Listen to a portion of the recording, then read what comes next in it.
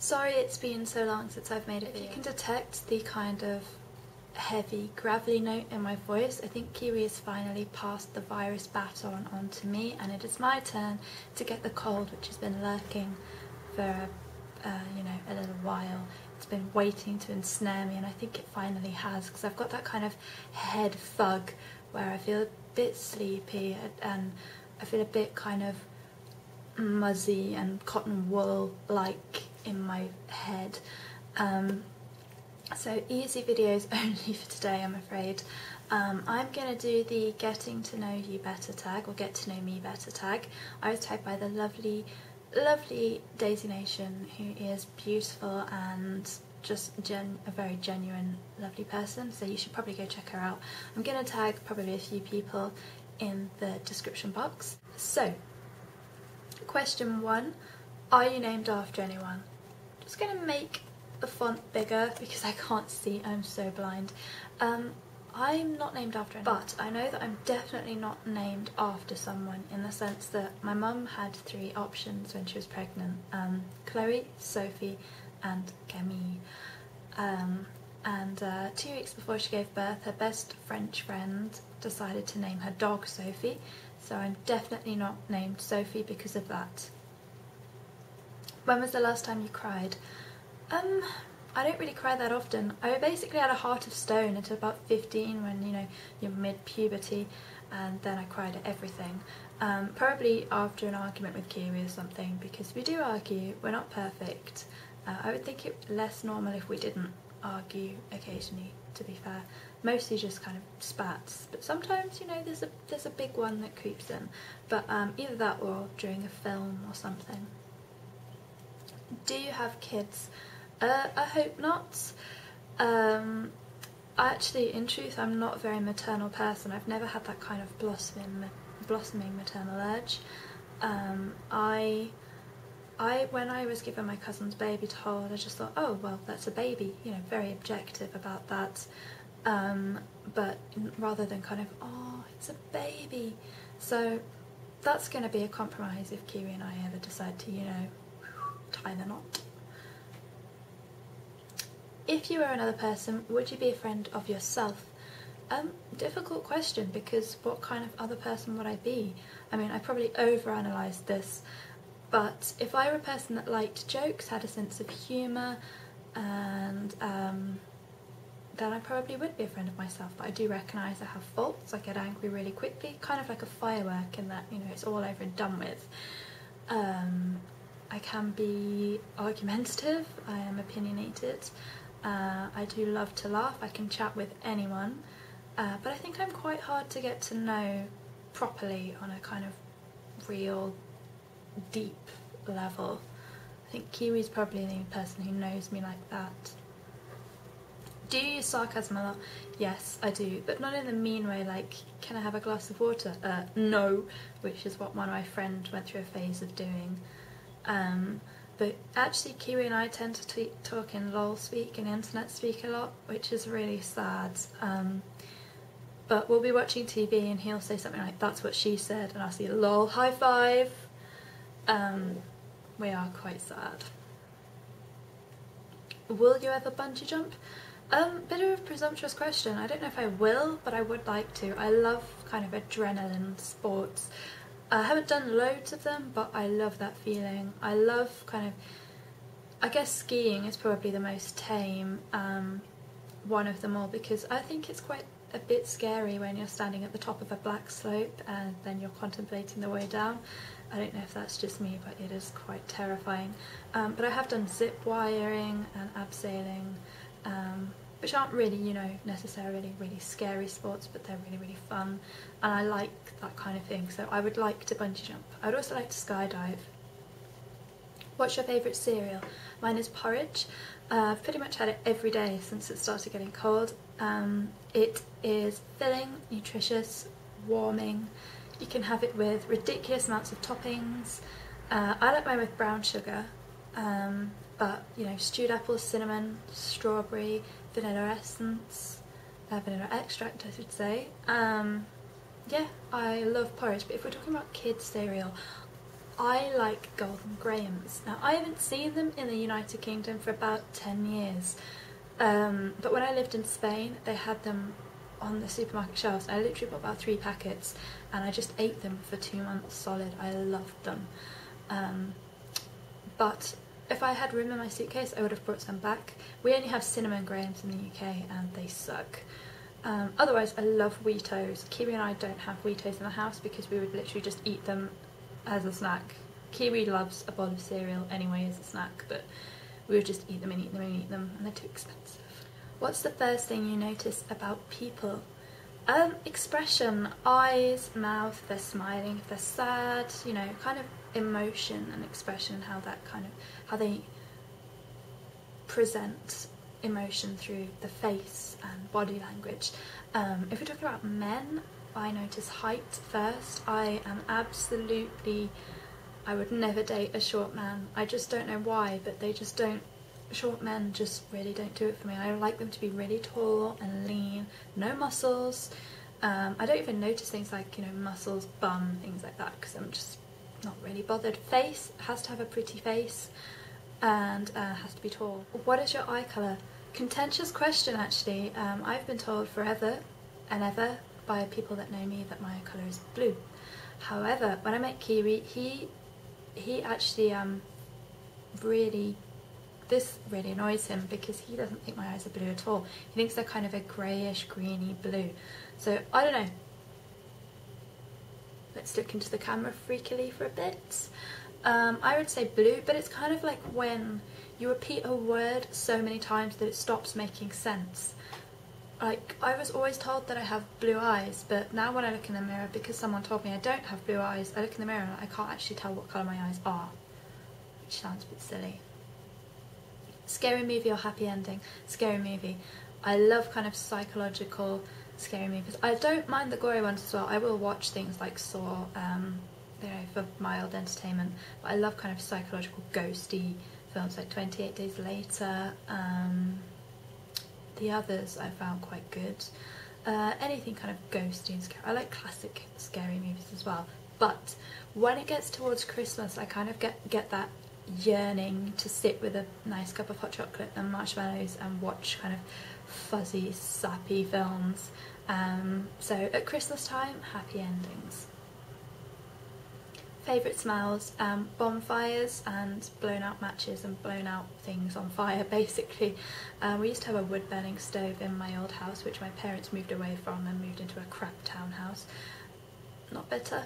And we used to sit by the wood burning stove, me and the cat, warm ourselves, toast ourselves by the fire.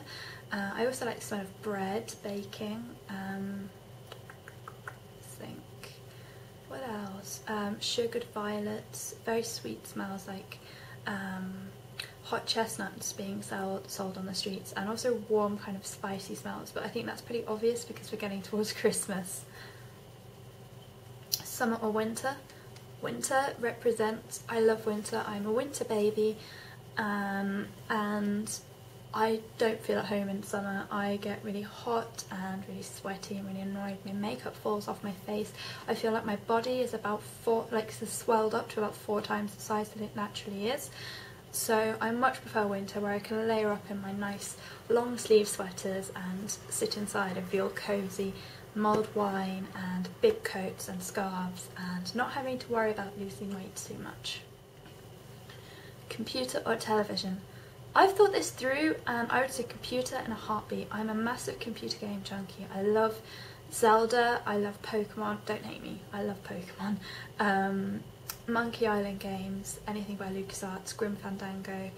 I love kind of point and click adventure games. So I would say computer in a heartbeat, plus I can watch everything that I need to watch on TV on my computer anyway, so computer it is. What's the furthest you've ever been from home? Sri Lanka. I went when I was 18 with 3 other people from my school, and we planned the trip with the view to set up links with another school in Sri Lanka, kind of like a cross-cultural exchange kind of thing. But as we were planning it, the Boxing Day tsunami kind of happened, and we kind of had to change the focus of our trip a lot. So we did a lot of fundraising, and we took out this huge comedy check and we had to present it 4 times, which made me so angry because couldn't we, I'm much more about kind of, you know, the anonymity of donations. I don't want to be kind of applauded 4 times. I just want to give them the money, let them get on with it. But we had to present this check and I got so angry. We made to present this check like we were heroes or something.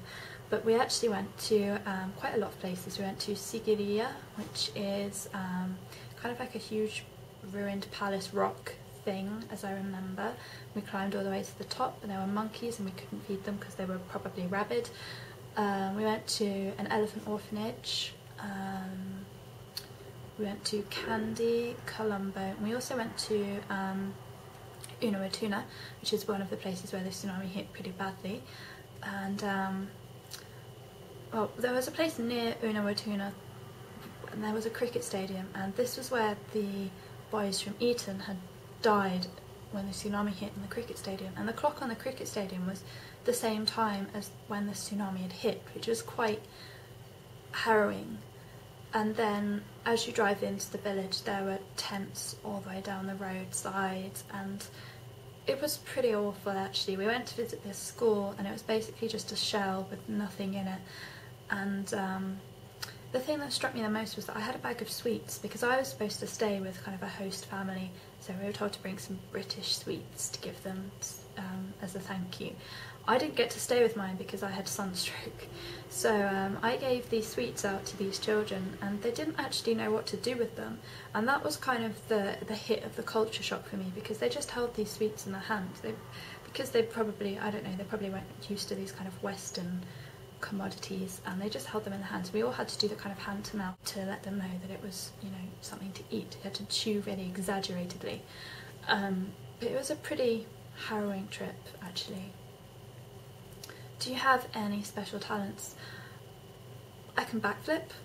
I asked Kiwi this and he just went no and then deadpanned stared at me.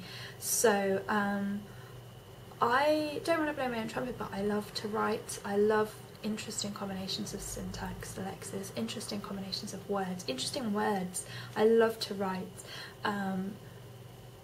Probably my writing, most of which I've got on my computer, is probably pretentious. I don't know, I'll probably go back and read it and cringe, but I love to write. I kind of feel like, makes me feel like, it feels like home. I just love, I'm happiest when I'm just kind of typing away. I love writing short stories, but I've always been told that I can write by, you know, various people that love me in my life, but never by, you know, any critics. Actually no, a journalist a friend of my dad's, she said that I showed great promise. You show great promise, young one. But, you know, I never really done anything with it. Where were you born? Maidstone, Kent. Represent. Culture capital of the United Kingdom. What are your hobbies? Reading. I love to read. I love kind of the adventure epics like Lord of the Rings and things with a lot of history in them. Like The Labyrinth by Kate Moss. That was pretty good. Not the model, I hasten to add, not the model. She has an E on the end of her name. I do quite like thrillers, but I don't really like Dan Brown because it feels a bit paint by numbers for me. Like, the story is intelligent, like the concept of the story is intelligent, but the way it's delivered really annoys me. Like, you get a sentence like, no one knew what the man hiding behind the pillar clutching the knife would do next. It's like, well, obviously we know what he's going to do. You know, so I don't like Dan Brown. Also Harry Potter. I love kind of immersing myself into a different universe. Do you have any pets? I have a little cat. She is called Minette. I might edit this to put a little picture up of her if I can find one. She's ridiculously cute and meowy, and she's very, very small for her age. I think she was like a runt. She's apricot coloured with a pink nose. She's very cute and very fluffy. She lives with my parents, unfortunately. Favourite movie? I actually had to write a list of this because I can't think of them all off the top of my head. So I'm going to go through Bill and Ted and or Wayne's World. I love them. My life would not be complete if I did not get to watch these. I love them so much. Similarly, The Princess Bride, The Diving Bell and the Butterfly. Absolutely beautiful film. 28 Days Later, self-explanatory, it's awesome. Pulp Fiction, Lord of the Rings, Requiem for a Dream, I absolutely love. Pan's Labyrinth, I thought was beautifully done. Across the Universe, anything by Monty Python, and The Emperor's New Groove, because it's hilarious, and because sometimes I'll sneak into a room and then kind of hum Kronk's theme tune, like ba ba ba ba ba ba, and then Q will turn around and I'll pin myself up against a wall and go boo, woo, woo. If you've not seen the film, you won't know what the hell I'm talking about, so now you need to go see it. Do you have any siblings? I have a brother, his name is Christian, he is 31. What do you want to be when you grow up? I want to be alive, healthy, happy. I'd like to work in academic publishing, or perhaps be a lecturer in a university, though what with the current situation of the United Kingdom's higher education, in that they've put up the fees to £9,000 a year maximum, I don't think I'm going to be able to make it into a university to lecture.